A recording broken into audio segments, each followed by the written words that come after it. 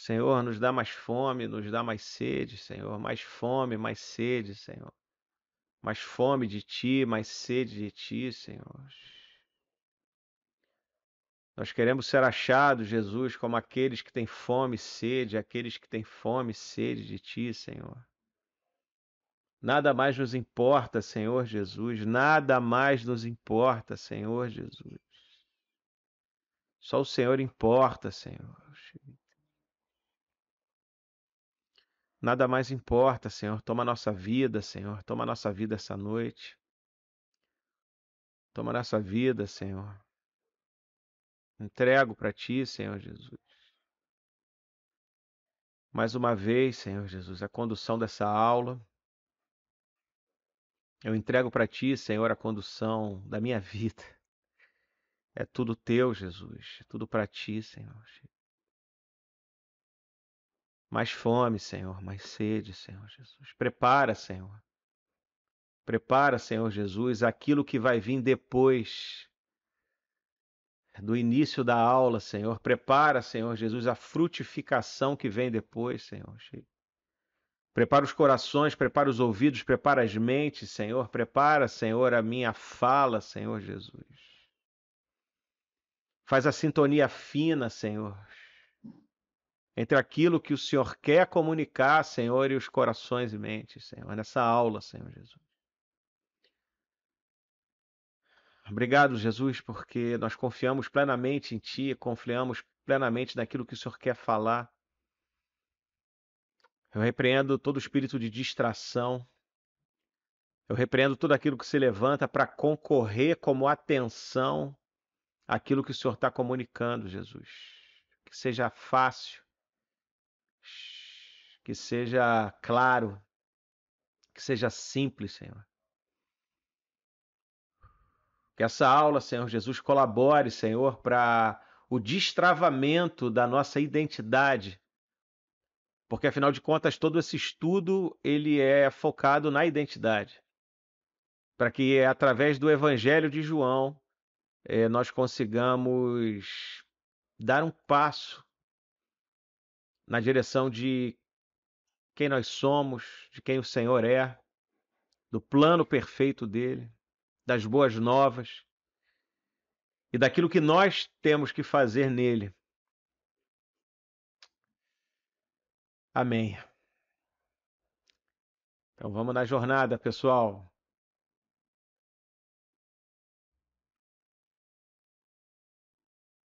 João 6, pessoal. João 6. Mais um capítulo poderoso, mais uma forte mensagem que o Senhor quer passar para nós.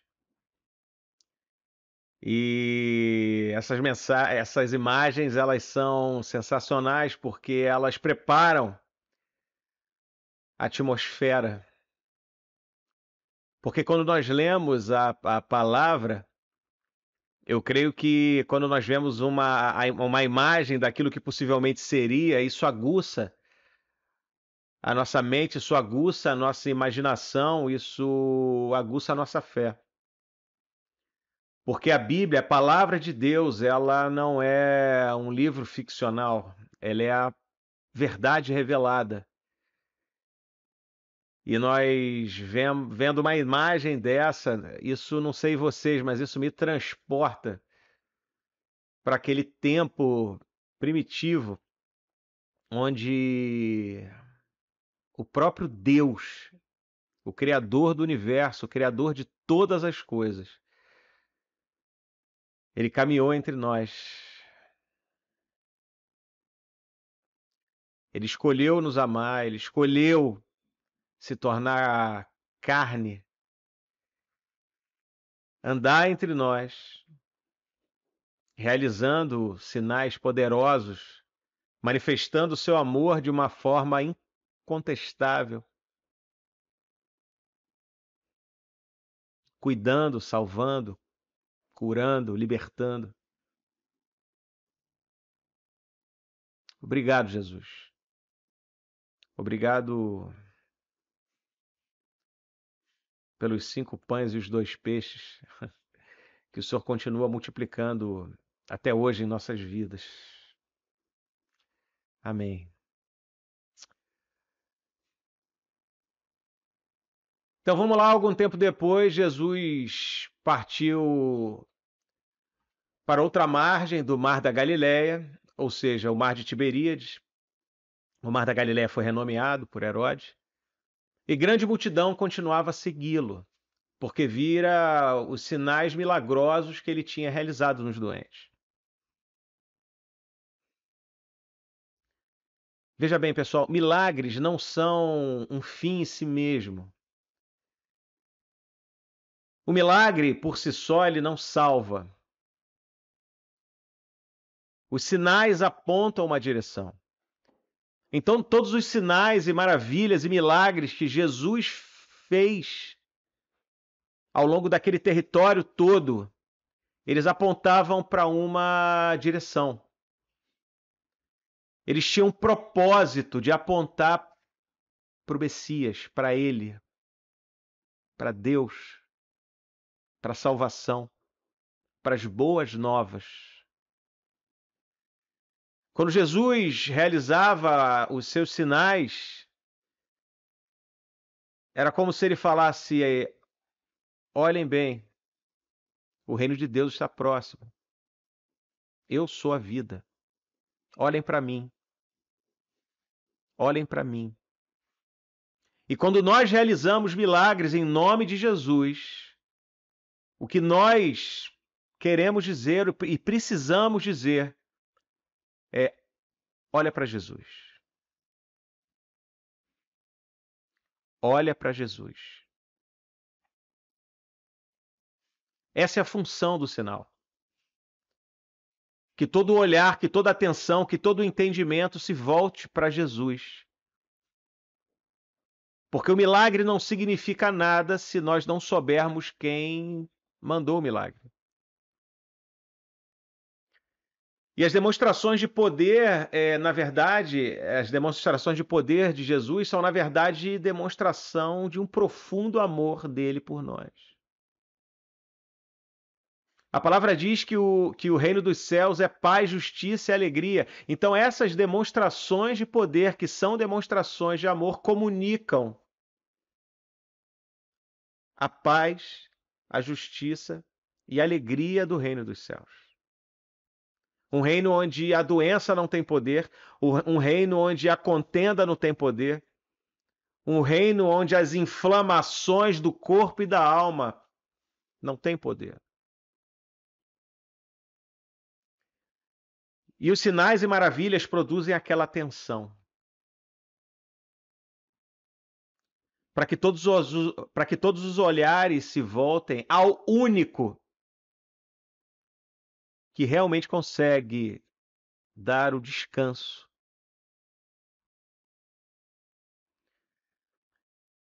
E esse capítulo de João 6, ele tem muita correspondência, talvez seja o único ou um dos únicos que tem a correspondência com os evangelhos sinóticos. E a gente vai usar muito eles para entender a contextualização daquilo que João quer dizer, porque nós já vimos em aulas passadas, os apóstolos tiveram a revelação do Senhor, mas eles tinham intenções diferentes, complementares entre si. Então, Jesus se retirou para Betsaida. Eu coloquei a imagem que eu acho legal a gente contextualizar o local geográfico, para que a gente entenda fisicamente, se transporte para lá. Eu não sei vocês, mas eu gosto de me projetar naquele lugar, para que eu entenda e tenha quase uma sensação de como seria. Por isso que eu gosto tanto daquela série The Chosen. Porque isso me transporta para essa época e eu consigo ter quase que a sensação de estar lá também. Então Jesus se retirou para Betsaida e eu coloquei os versículos que comprovam, que comunicam essas passagens, porque isso não está no Evangelho de João, mas vocês podem ver lá que é complementado nos Evangelhos sinóticos, Marcos, Mateus e Lucas. Então ele se retirou para Betsaida. E qual o propósito dele de se retirar para Betsaida? Ele precisava recuperar a equipe dele. Foi uma jornada e tanto. Ele estava em Jerusalém curando. E eles foram perseguidos e eles precisavam se retirar para Galiléia. E eles precisavam descansar. Então ele e os apóstolos, eles estavam cansados e com fome, assim como nós. Na nossa jornada de fé, na nossa caminhada cristã, nas nossas batalhas espirituais, porque nós somos integralmente, nós somos seres espirituais passando por uma experiência terrena, amém? Nós somos seres espirituais passando por uma experiência terrena. A gente está viajando a trabalho. Aqueles que aceitaram Jesus automaticamente se colocam numa posição de viagem a trabalho. Nós não somos desse mundo, a Bíblia fala que nós não pertencemos a esse mundo. Então, eventualmente, nós ficamos cansados e com fome, nós precisamos de um tempo para descansar. A palavra diz que ele se retirou para Betsaida com alguns propósitos, para descanso, por fome e também porque eles estavam abatidos pela morte de João Batista. Jesus estava abatido. Quem somos nós para acharmos que nós não podemos nos abater? Quem somos nós para achar que nós precisamos ser fortes o tempo todo? Mas ainda assim, mesmo cansado, mesmo com fome, mesmo abatido, o propósito do Senhor, o propósito de Jesus era maior do que isso. O amor dele era maior do que isso. A vontade e o desejo de obedecer à vontade do Pai era maior do que isso. E ainda assim, nesse lugar, cansado, ele ensinou, ele curou, ele acolheu as pessoas e falou sobre o reino de Deus. Ele foi a provisão. Ele alimentou as pessoas. Então, nesse lugar, ainda assim, ainda humanamente, porque ele era 100% homem, 100% Deus, ainda que humanamente ele precisasse de repouso, e os discípulos dele precisavam de repouso, ainda assim, ele manifestou o reino dos céus na terra. Ele foi sal e luz. E ele nos ensina um padrão. Porque o nosso propósito é maior até do que o nosso bem-estar. O nosso bem-estar é fazer a vontade do Pai. Amém? Então Jesus subiu ao monte, sentou-se com seus discípulos, estava próxima à festa judaica da Páscoa. Levantando os olhos e vendo uma grande multidão que se aproximava, Jesus disse a Filipe: Onde compraremos pão para esse povo comer? Filipe lhes respondeu: 200 denários não comprariam pão suficiente para que cada um recebesse um pedaço. Outro discípulo, André, irmão de Simão Pedro, tomou a palavra. Olha, aqui está um rapaz com 5 pães de cevada e 2 peixinhos. Mas o que é isso para tanta gente? Disse Jesus: Mandem o povo assentar-se. Havia muita grama naquele lugar e todos se sentaram. Eram cerca de 5.000 homens. Então Jesus tomou os pães, deu graças e os repartiu entre os que estavam assentados, tanto quanto queriam, e fez o mesmo com os peixes. Depois que todos receberam o suficiente para comer, disse aos discípulos: Ajuntem os pedaços que sobraram, que nada seja desperdiçado. Então eles os ajuntaram e encheram 12 cestos com os pedaços dos 5 pães de cevada deixados por aqueles que tinham comido. É muito interessante. Warren Wiersbe, ele é um pastor, é um teólogo americano, norte-americano, na verdade. Ele percebeu uma coisa muito interessante.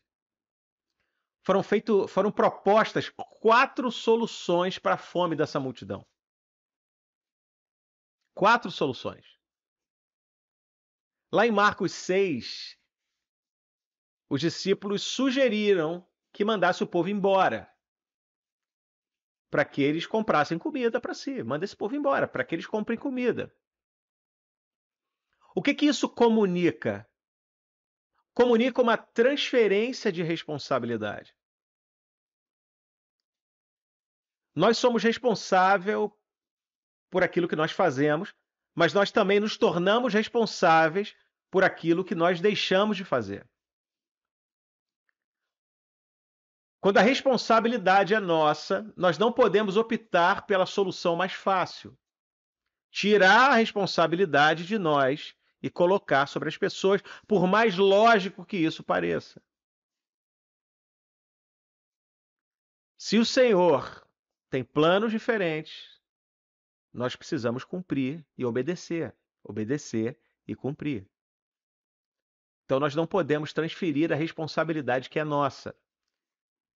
Nossa responsabilidade é manifestar o reino dos céus na terra.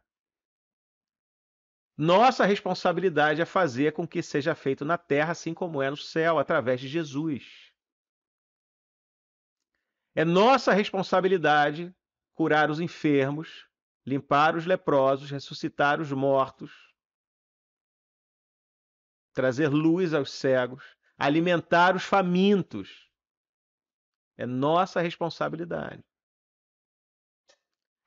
A segunda solução proposta por Filipe: juntar dinheiro para comprar comida. É a solução lógica. É a solução lógica. Vamos ver o que cada um tem. Vamos reunir aqui o que cada um pode fazer. E aí a gente faz isso e descobre que falta peça. Quando a gente junta o que nós temos de lógico face ao tamanho da obra que nós temos que fazer em Cristo, sempre vai faltar peça. A palavra diz que a seara é enorme e os trabalhadores são poucos. Não é por isso que nós não temos que trabalhar na seara. Não é por isso que nós não podemos, não temos que participar da colheita. Humanamente, pela visão humana, a gente ficaria parado porque é tudo grande demais. É tudo grande demais. Os desafios propostos à frente, e eu queria que você fizesse um exercício para que você trouxesse ao seu entendimento os seus desafios propostos à frente, os seus desafios do dia. Você pode estar lutando contra o seu passado, você pode estar lutando contra o seu presente e você pode estar acuado com medo do seu futuro. Tudo é grande demais para a gente. Então, a segunda proposta foi uma solução humana. Não deu. A terceira solução proposta que o Warren Wiersbe ele percebeu é dividir o pouco que tem.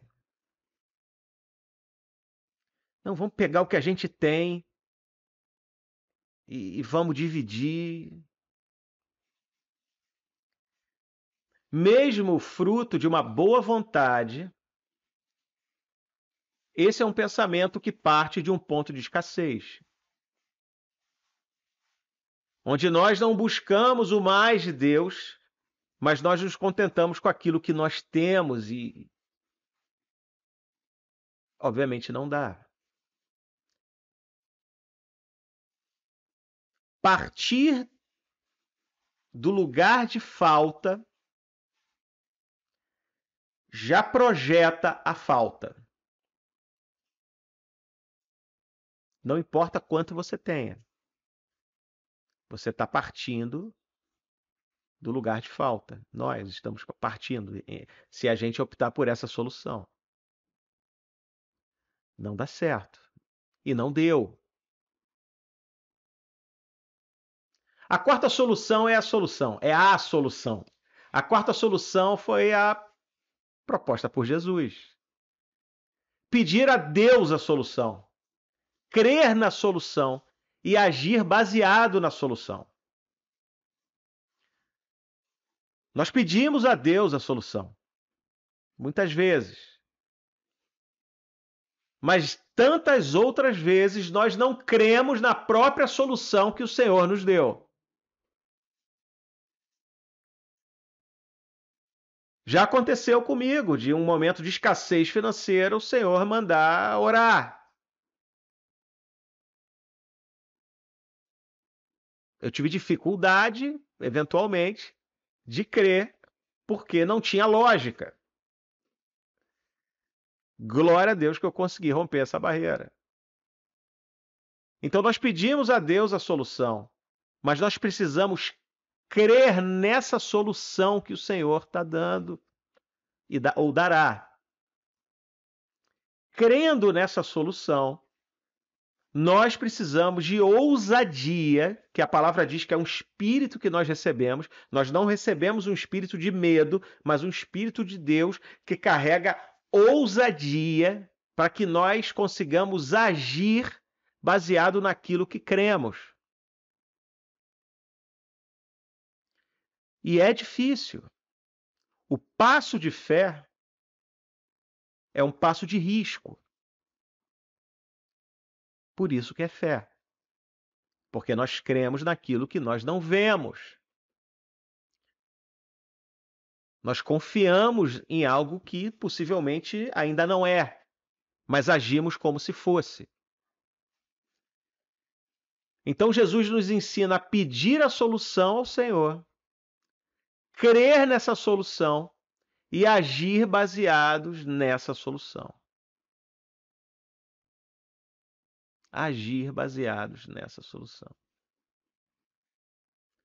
Porque veja que coisa interessante. Jesus tomou os pães e deu graças. Graças, em grego, é eucaristesas. Eu não sei falar grego. Lembra que eu não sei falar grego. Que significa agradecer, estar agradecido. Antes do resultado, Jesus agradeceu, porque ele tinha certeza do resultado. Ele pegou os pães, que ainda eram 5, depois pegou os peixes, que ainda eram 2, e agradeceu, porque eles seriam milhares. Milhares. Porque eram 5.000 homens. Existem estudos que dizem que naquela multidão tinha pelo menos 15.000 pessoas, entre mulheres, crianças. Milhares. Então nós precisamos de muita ousadia, nós precisamos de muita obediência, porque às vezes a fé falha, mas nós obedecemos e alimentamos a nossa fé com a nossa obediência. E agradecemos aquilo que a gente ainda não tem, como se tivesse.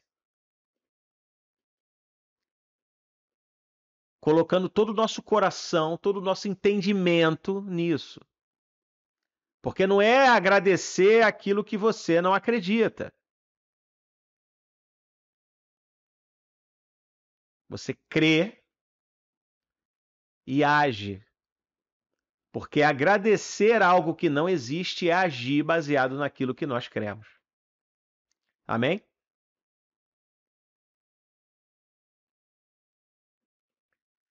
Filipe analisou a situação com os sentidos humanos. Ele se apegou à forma.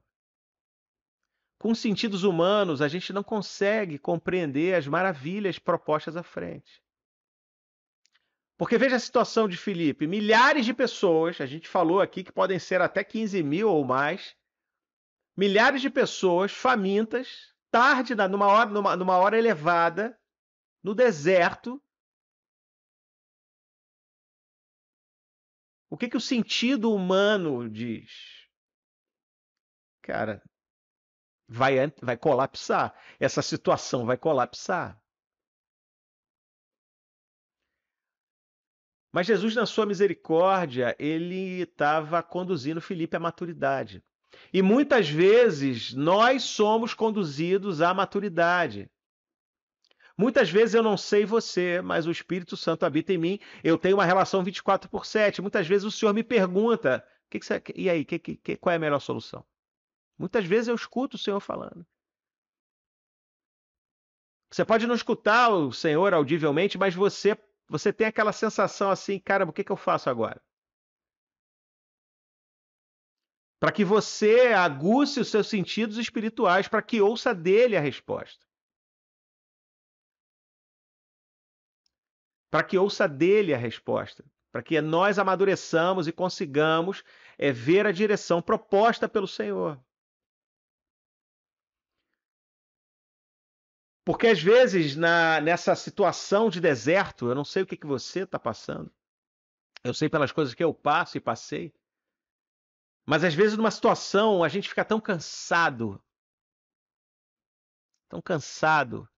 A batalha cansa. Eventualmente, nós ficamos esgotados, estafados. E a gente não tem tempo nem de ler a Bíblia. Alega que não tem tempo de ler a Bíblia. E a gente não ora porque a gente está cansado. A gente não vai à igreja porque a gente está cansado. Mas Jesus e os discípulos, eles não tinham tempo nem para comer. Mas eles tinham tempo para orar. A palavra diz, nos evangelhos sinóticos lá, no Marcos e Mateus e Lucas, que Jesus se compadeceu da multidão. E mesmo faminto e cansado, ele ensinou, curou, alimentou. Nós precisamos liberar o reino. Paulo disse para Timóteo: pregue a palavra em tempo e fora de tempo. A gente não precisa estar em situações perfeitas. Nós não precisamos reunir todas as condições para ser a resposta que a criação tanto anseia. Então você que está me escutando, não espere a condição ideal. Não, depois que eu melhorar, eu vou à igreja. Depois que eu melhorar, eu cuido das pessoas. Depois que eu melhorar, prega a palavra em tempo e fora de tempo. Manifeste o reino em tempo e fora de tempo. Busque a face do Senhor em tempo e fora de tempo. Porque a solução para as coisas não está em como. Como eu vou fazer? Como será? Como Felipe e André, como? A solução não está em quando. Olha, quando. Porque o quando pode ser no passado ou no futuro. Tem gente que vive o passado numa nostalgia. Ai, se eu tivesse naquela época. Ai, o primeiro amor. É o único amor. Ai, porque a solução não está em como, não está em quando. A solução está onde? A solução é uma pessoa. A solução é uma pessoa. Jesus aí nesse lugar, ele estava construindo a identidade, estimulando, provocando, ensinando a misericórdia para os discípulos. Eles estavam sendo moldados nesse lugar. Os discípulos ali participando dessas coisas, eles estavam se esvaziando. Então, muitas vezes, nós estamos passando por coisas num processo de esvaziamento. Então, em nome de Jesus, eu declaro que você, nós, a começar por mim, não fiquemos distraídos para que nós não percamos aquilo que o Senhor quer ensinar. Amém?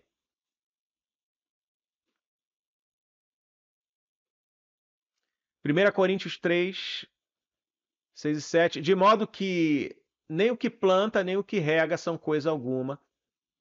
Esse versículo, esses 3 pontinhos, quer dizer que tem uma parte anterior. Mas essa parte aqui que é importante para a gente, de modo que nem o que planta nem o que rega são alguma coisa, mas unicamente Deus que efetua o crescimento. É o Senhor que dá o crescimento, não importa o recurso que você tem. Não importa se são 5 pães ou 2 peixes, não importa se você olha para a sua conta bancária, você não acredita e ela é desproporcional aos desafios. Não importa se você olha para alguém que de repente parece que é maior nesse ranqueamento, essa métrica do mundo que às vezes entra na igreja. Não, mas eu não tenho condições. Tem pessoas melhores para isso, tem pessoas melhores para essa função. Seja dentro ou fora da igreja, não existe mundo secular, existe o mundo. Não existe separação. Tudo é para a honra e glória do Senhor, tudo nós fazemos para o Senhor, quer comamos ou bebamos, quer estejamos na igreja ou no nosso trabalho. Então, essa função é demais para mim, esse trabalho é demais para mim, essa missão é demais para mim. Eu acho que o Senhor errou me botando com esses dons, eu não sei o que fazer. Não importa o recurso que você tem. Se parece grande demais, pequeno demais, não importa. Você é um improvável do Senhor. Jesus usa o improvável para que o poder dele seja percebido. Lembra das aulas anteriores? O Senhor se escolheu se manifestar através de um povo numa região totalmente pequena, sem, sem grandiosidade, simples, desértica. Um povo improvável. E escolheu você como o improvável dele. Você como o improvável dele. Não importa se seu pão era de cevada, porque veja, a cevada era um produto de baixa qualidade naquela época. A cevada era usada, inclusive, para alimentar animais. Você vê isso lá em 1 Reis 4:28. Esses peixes eram peixes pequenininhos. Não era peixes, aquele robalo, eram peixes pequenininhos. O cenário era desesperador. Eu acho que se fosse para alimentar a mim, 5 pãezinhos e 2 peixes, eu ficaria com fome, uma pessoa. O cenário era desesperador. Mas em Cristo, aquilo que é falta, abunda. O que era falta ali virou abundância. E abundância não significa desperdício, amém? Aquilo que o Senhor dá e excede, ele não deve ser desperdiçado. Seja comida, seja provisão, seja qualquer outra coisa. Seu dom, seu chamado, a sua palavra, o fruto da sua boca.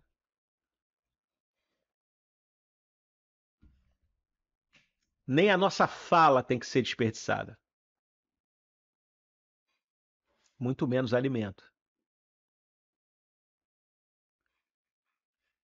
Porque o que o Senhor está dizendo é que o excesso dele alcança toda tribo, língua e nação.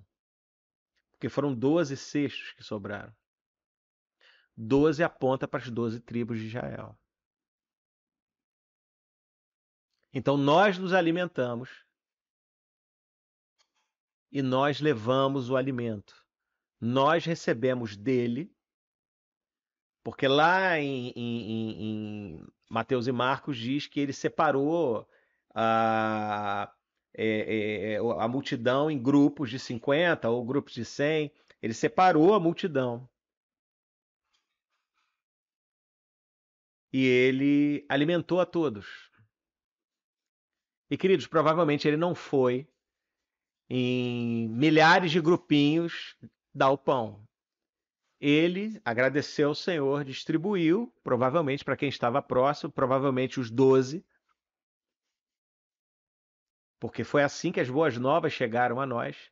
Os 12 receberam dele, os 12 distribuíram para quem estava próximo, que distribuíram para quem estava próximo, e assim chegou aqui nessa aula.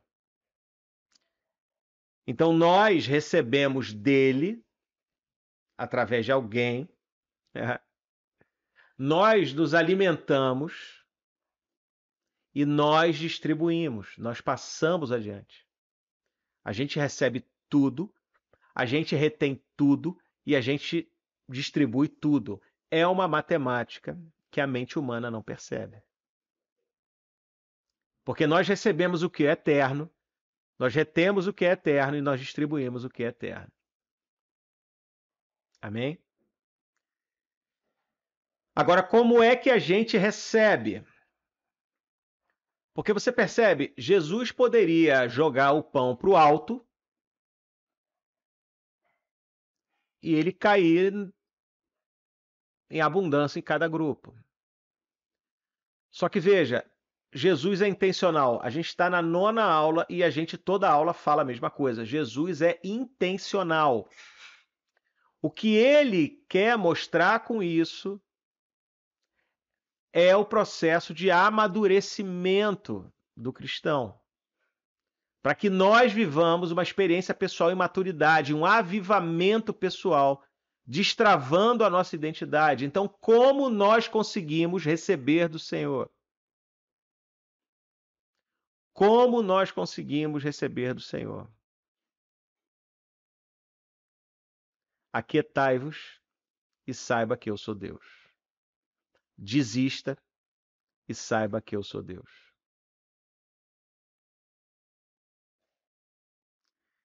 Cesse a luta e saiba que eu sou Deus. Já escutou esse versículo? Primeiro, obedecer.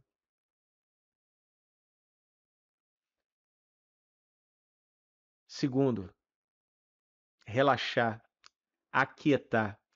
Sentem para que recebam de mim. Sentem para que recebam de mim. Descansem juntos, porque junto é mais fácil. Porque nós só sentamos, nós só nos aquietamos em obediência. Obedecer, relaxar, se render, entrar em ordem. Porque quando nós nos aquietamos, nós entramos em ordem. Jesus definiu os grupos que receberiam os pães. Então, quando nós entramos em ordem, quando nós obedecemos e relaxamos, descansamos, nós entramos em ordem, a nossa mente entra em ordem.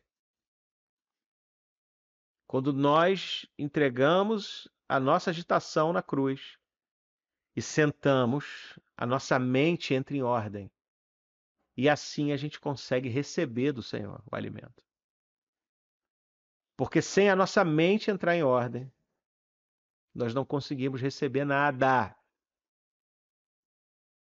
É muita preocupação, muita. Será, meu Deus, e tal. Sentem-se em grupos. Aquietem-se. Entrem em ordem e recebam de mim. E depois que nós recebemos dele, a nossa responsabilidade é passar adiante. Porque outras pessoas só comerão se nós fizermos a nossa parte de distribuir.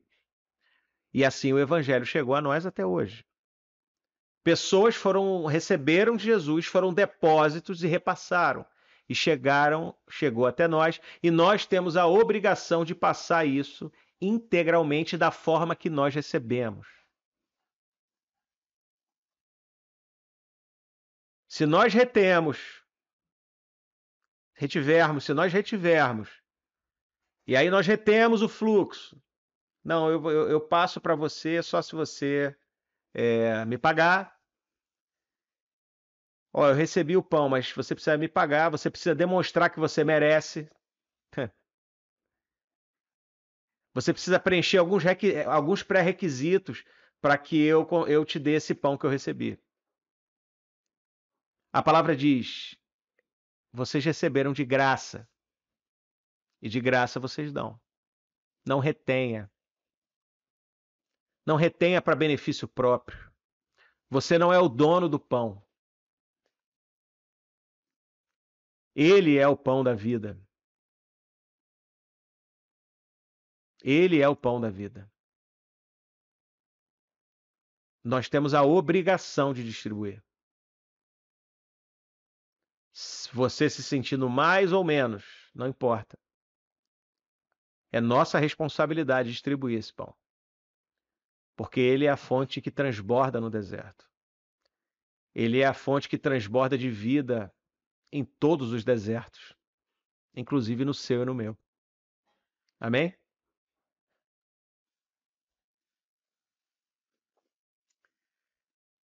Depois de ver o sinal milagroso que Jesus tinha realizado, o povo começou a dizer: sem dúvida, esse é o profeta que devia vir ao mundo.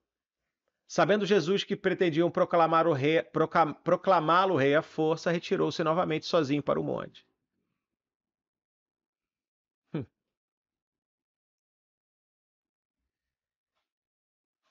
O povo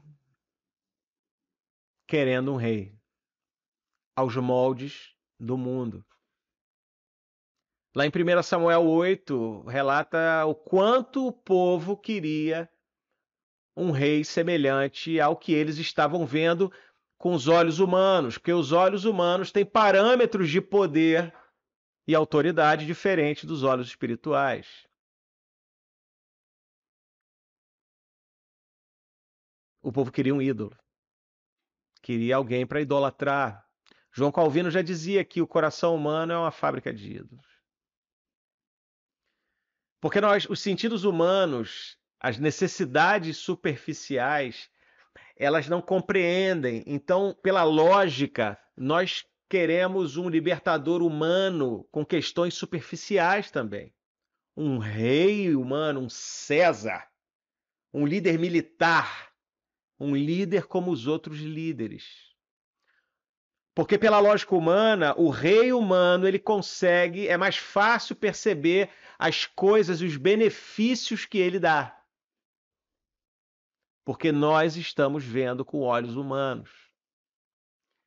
Mas aquilo que o rei humano, o grande líder militar, consegue é de uma limitação constrangedora. E até hoje, muita gente espera o Messias ainda, que liberta, que entregue os desejos do coração. Um libertador à la carte, que libere a alma para viver prazeres humanos. As pessoas querem coisas. Pessoas trazem coisas. Jesus vai muito além disso. Jesus dizia: eu sou a vida, eu sou o pão da vida. Vocês não estão vendo. Mas os olhos humanos são treinados para ver o que a alma anseia. Jesus já veio. Jesus já fez o que precisava fazer. A gente precisa tomar posse disso. Na primeira vinda de Jesus, ele restaurou todas as coisas. E nós vivemos a partir dessa realidade.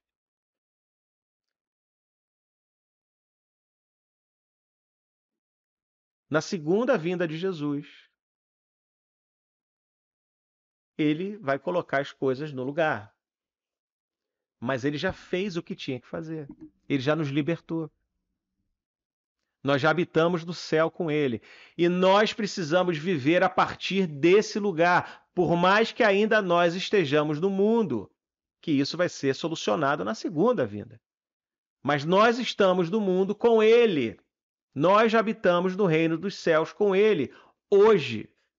E nós precisamos, o cristão precisa caminhar a partir dessa realidade, porque nós ainda estamos olhando com as visões, os sentidos humanos. Toma posse. Não invalida o sacrifício de Jesus, não desonra o amor dele.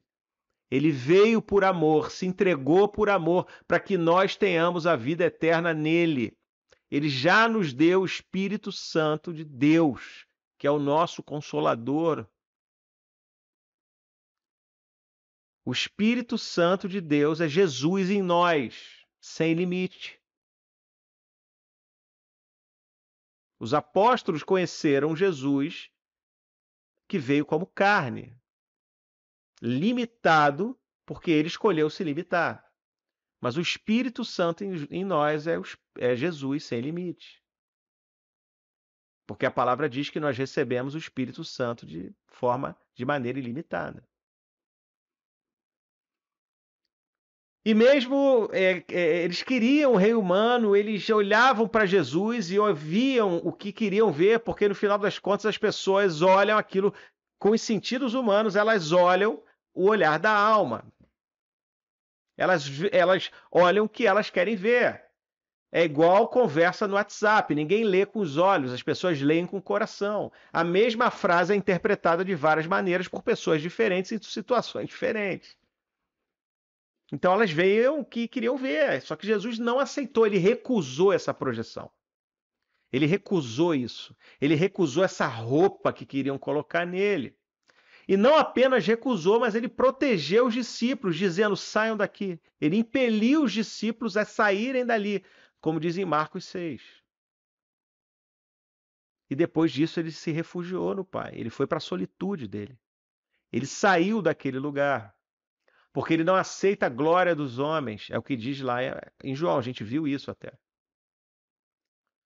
E a pergunta que a gente faz é: e nós? O que a gente está aceitando? O que a gente está aceitando? Jesus nos conferiu o Espírito Santo que nos deu poder e autoridade nele. A gente está usando isso como? Para benefício próprio? Para satisfazer a nossa vaidade, a nossa carência, a nossa necessidade de ser especial? Para que nós estamos nos movendo dentro da igreja? Qual o propósito? Eu convido você e eu a fazermos essa reflexão diariamente. Porque é muito fácil a gente aceitar essa roupa. Porque no final das contas, muitas vezes nós não queremos libertar, nós queremos ser o libertador. Muitas vezes nós não queremos a cura, nós queremos ser aquele que cura. Isso é pecado, pecado de Lúcifer, inclusive. Então, eu convido vocês a fazermos essa reflexão. Porque se nós estivermos fazendo isso, nós estamos usurpando a glória do Senhor. Isso é muito sério. E é muito comum. Misericórdia, Senhor. Amém? Então vamos lá. Após uma demonstração extraordinária de poder e amor, Jesus impeliu os discípulos a cruzarem um lago. Ele impeliu, como eu falei agora há pouco, ele impeliu os discípulos a cruzarem um lago. Retirou eles dali e impeliu, vai. Só que assim, eles cruzaram uma tempestade. E pelo visto era uma tempestade tremenda, né? Porque ali naquela região aquilo é um vale. E tem correntes e ventos fortíssimos, porque se aqueles homens que eram pescadores experientes se assustaram, é porque a tempestade era muito forte. Devia ser algo assustador. Para que pescadores experientes, acostumados com o mar, ficassem desse jeito. Mas Jesus, obviamente, sabia o que eles iam enfrentar, e ele colocou os discípulos no barco precário no meio da tempestade. Muitas vezes a gente se pergunta: Jesus, por que eu estou passando por isso? Por que foi o Senhor que falou para eu vir para cá? Por que está acontecendo isso comigo? Mas veja, querido, querida, estamos todos nós em processo de rendição. É um processo, como Paulo falava, deixando tudo o que ficou para trás e perseguindo na direção do alvo. Aqueles discípulos, eles eram acostumados com aquilo, então a confiança deles possivelmente estava na experiência com o mar.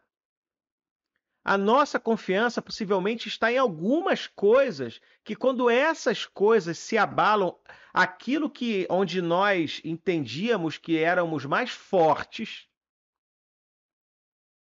Às vezes você assim, a gente está acostumado a trabalhar e aí o trabalho acaba, fica escasso. A gente está acostumado a uma saúde plena e aí vem algo que prejudica a nossa saúde. A gente está acostumado com a juventude, aí vem a maturidade, a velhice, e a gente se desespera. Tanta coisa, que ataca justamente aquilo onde a gente achava que era forte. Mas estamos todos nós em processo de aprendizagem, na confiança e na rendição. Isso é um processo de amadurecimento no Senhor. Não ache você que você é cristão e você vai estar livre de certas coisas. Nós somos suscetíveis às mesmas coisas que os ímpios são suscetíveis. Muitas vezes obedecer Jesus nos conduz a passar por coisas que os ímpios passam, a tempestades, por exemplo. Porque possivelmente nesse lugar tinha outros barcos. Era um mar imenso. Possivelmente outro barco foi acometido por tempestade. Então os discípulos que seguiam Jesus possivelmente sofreram as mesmas coisas que outras pessoas que nem conheciam Jesus. Passaram pelas mesmas coisas e nós passamos. Doenças, escassez, passamos. A gente está sujeito a isso. Mas a diferença é a companhia. A diferença é quem mandou. A nossa casa é feita do mesmo material do ímpio. É carne. A diferença é a nossa fundação. Em Cristo, nossa fundação é profunda. Em Cristo, nós que estamos estruturados na rocha, nós permanecemos, enquanto a mesma casa estruturada em terreno arenoso, ela é levada pela tempestade. A diferença é Jesus. A diferença é que Jesus nos vê. A diferença é que Jesus vem ao nosso encontro. E aquilo que a gente precisa fazer é deixar ele entrar no barco.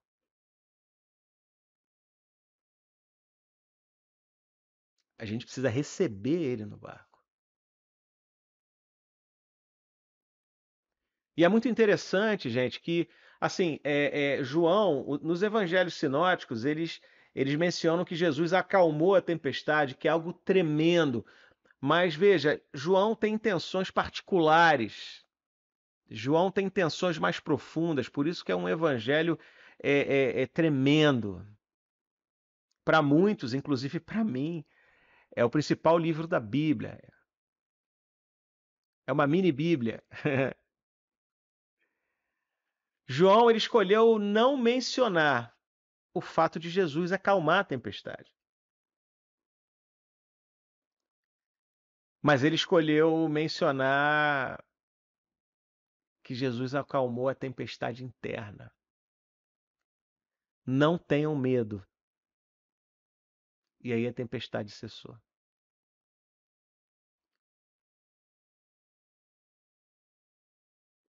O problema não é o que está ao nosso redor. O problema é o que está dentro de nós.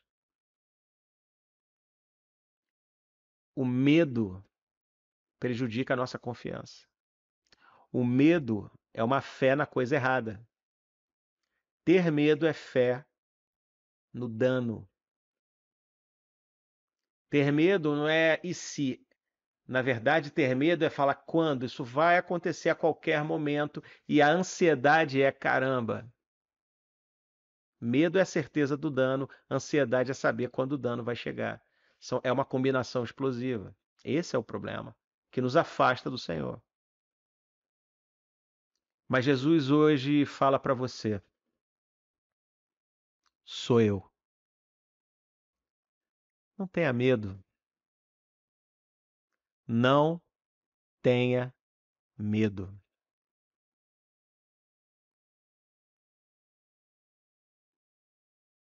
Ele te vê hoje. Ele está te vendo remando com dificuldade, como diz em Marcos 6,48. Ele sabe que você está remando com dificuldade.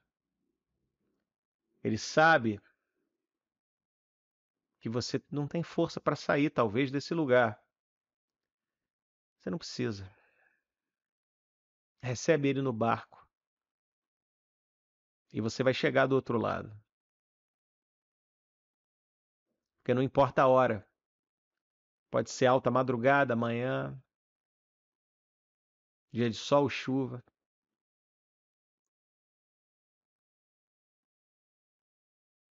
Recebe ele e vai ficar tudo bem. Amém?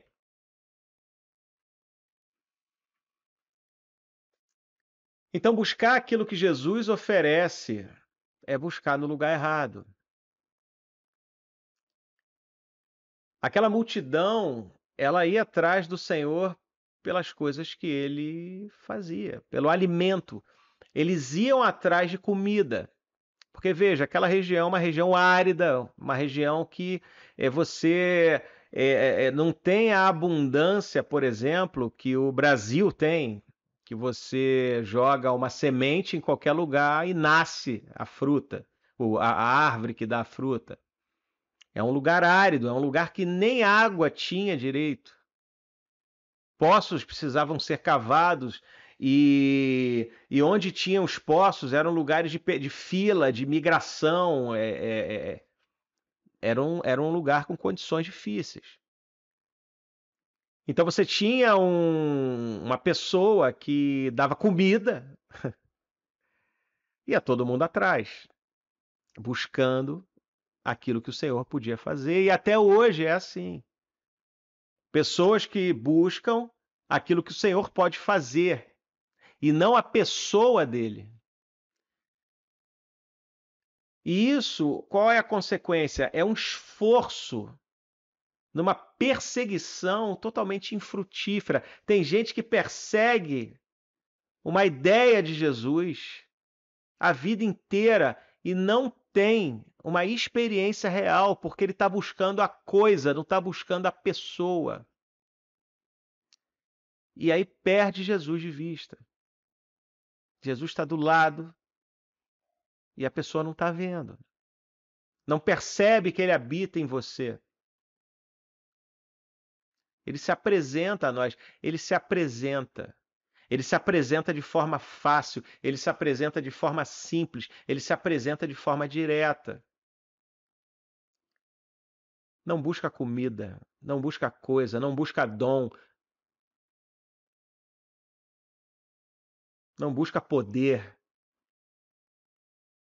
Busca a pessoa de Jesus.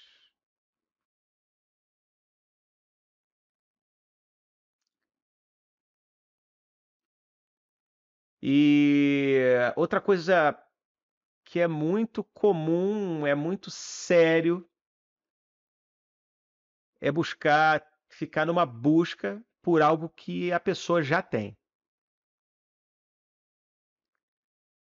Esse mesmo povo é o mesmo povo que estava lá recebendo a comida, é o mesmo povo que foi para outra margem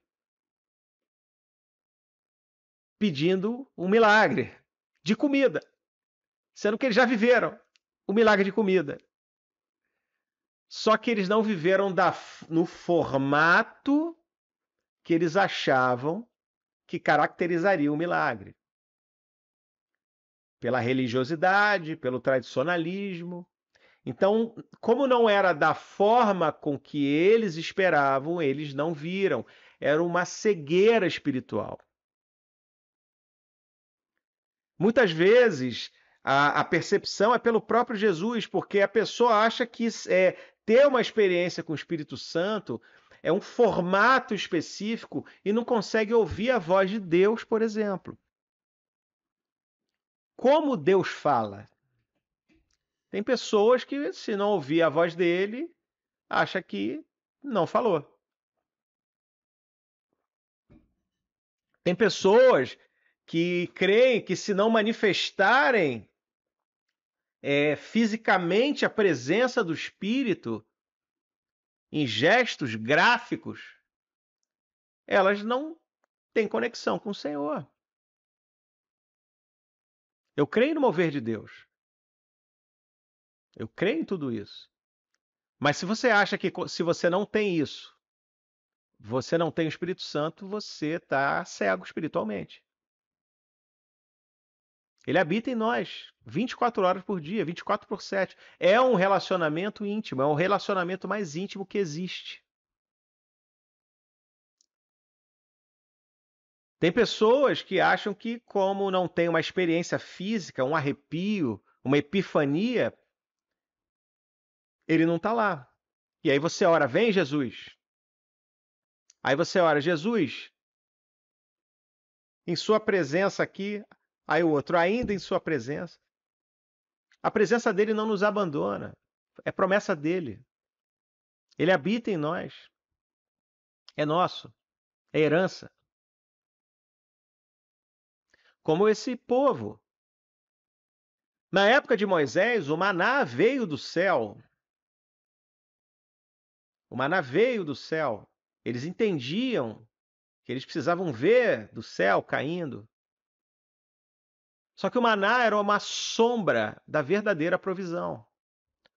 O maná caía e ele precisava ser recolhido, estragava, ele não poderia ser armazenado, é uma provisão diária, todo dia o Senhor mandava.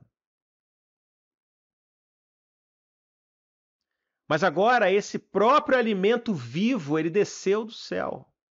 O próprio alimento definitivo, vivo, desceu no céu, andou entre nós e nos resgatou da fome real. Porque existe uma fome temporária, que é a fome por alimentos, mas existe uma fome permanente que só é saciada por Ele, que nos sacia permanentemente. Esse é o pão da vida. Amém? Os limitados sentidos humanos, eles não podem compreender o que se manifesta pelo Espírito Santo. Os sentidos humanos não compreendem, porque a palavra diz, só entende as coisas do Espírito quem está em Espírito, no Espírito Santo de Deus. A provisão que Jesus oferece é uma provisão definitiva.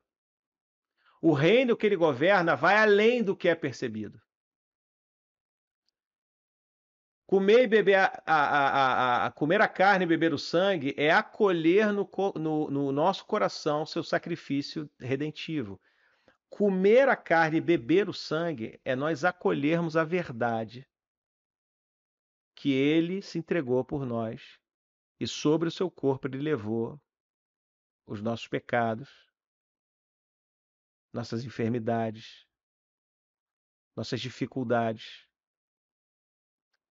E pelo sangue dele nós fomos selados. Pela carne nós nos esvaziamos e pelo sangue nós somos preenchidos. Só Deus pode fazer isso. Só Ele pode alimentar dessa maneira. E os judeus da época, eles não compreendiam. Então, quando você olha isso com sentidos humanos, obviamente você fala, é canibal. Muita gente pensou realmente isso, que os judeus eram canibais. Só que ele estava falando de uma outra coisa, profunda e viva. E nós precisamos aguçar e, em conexão com o Espírito, os nossos sentidos espirituais, porque até hoje temos dificuldade de compreender muita coisa que Jesus fala. E nós entendemos com sentidos humanos e levamos pessoas a terem atitudes lógico-racionais, humanas. Jesus prega a palavra, ele estava na sinagoga, no meio religioso, no meio onde a letra é morta. e ele falava palavras de vida. Nós devemos ter essa coragem também. Ouvir não é falar da nossa alma, mas ouvir aquilo que ele fala em nós e termos a ousadia de fazer o que ele manda a gente fazer, aonde a gente tem que fazer. Porque ele nos dá a visão, ele nos dá a interpretação e ele nos dá a aplicação. Tudo depende dele. Se a gente tenta fazer alguma coisa, inclusive em nome dele, sem ele mandar, dá errado. Isso é muito sério também.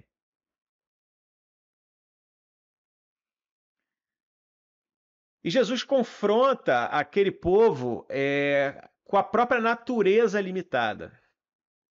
E isso é extremamente dolorido. É extremamente dolorido ser confrontado com a própria natureza.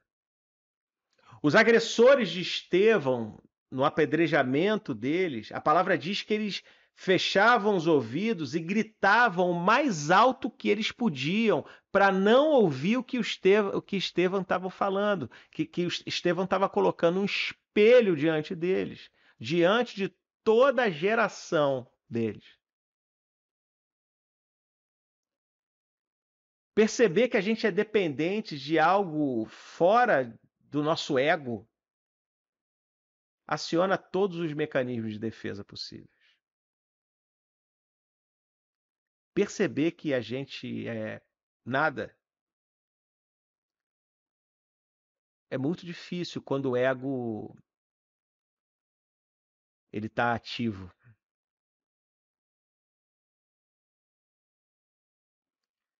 E essa incapacidade de entendimento, incapacidade de entendimento, junto de um coração duro, é uma combinação que não é legal. A pessoa que não entende, um coração duro, que não obedece, porque, veja, a obediência compensa o entendimento. Os discípulos, eles não entendiam muita coisa, mas eles obedeciam, mesmo sem entender. Então, quando você não entende e você não obedece, gera na sua mente um processo de fuga que algumas pessoas chamam de lugares escondidos, lugares de fantasia, que é um lugar onde a realidade se distorce ao seu favor, que é um lugar onde a sua percepção do que é as coisas, ela se amolda para que você fique confortável ao ponto de não sofrer.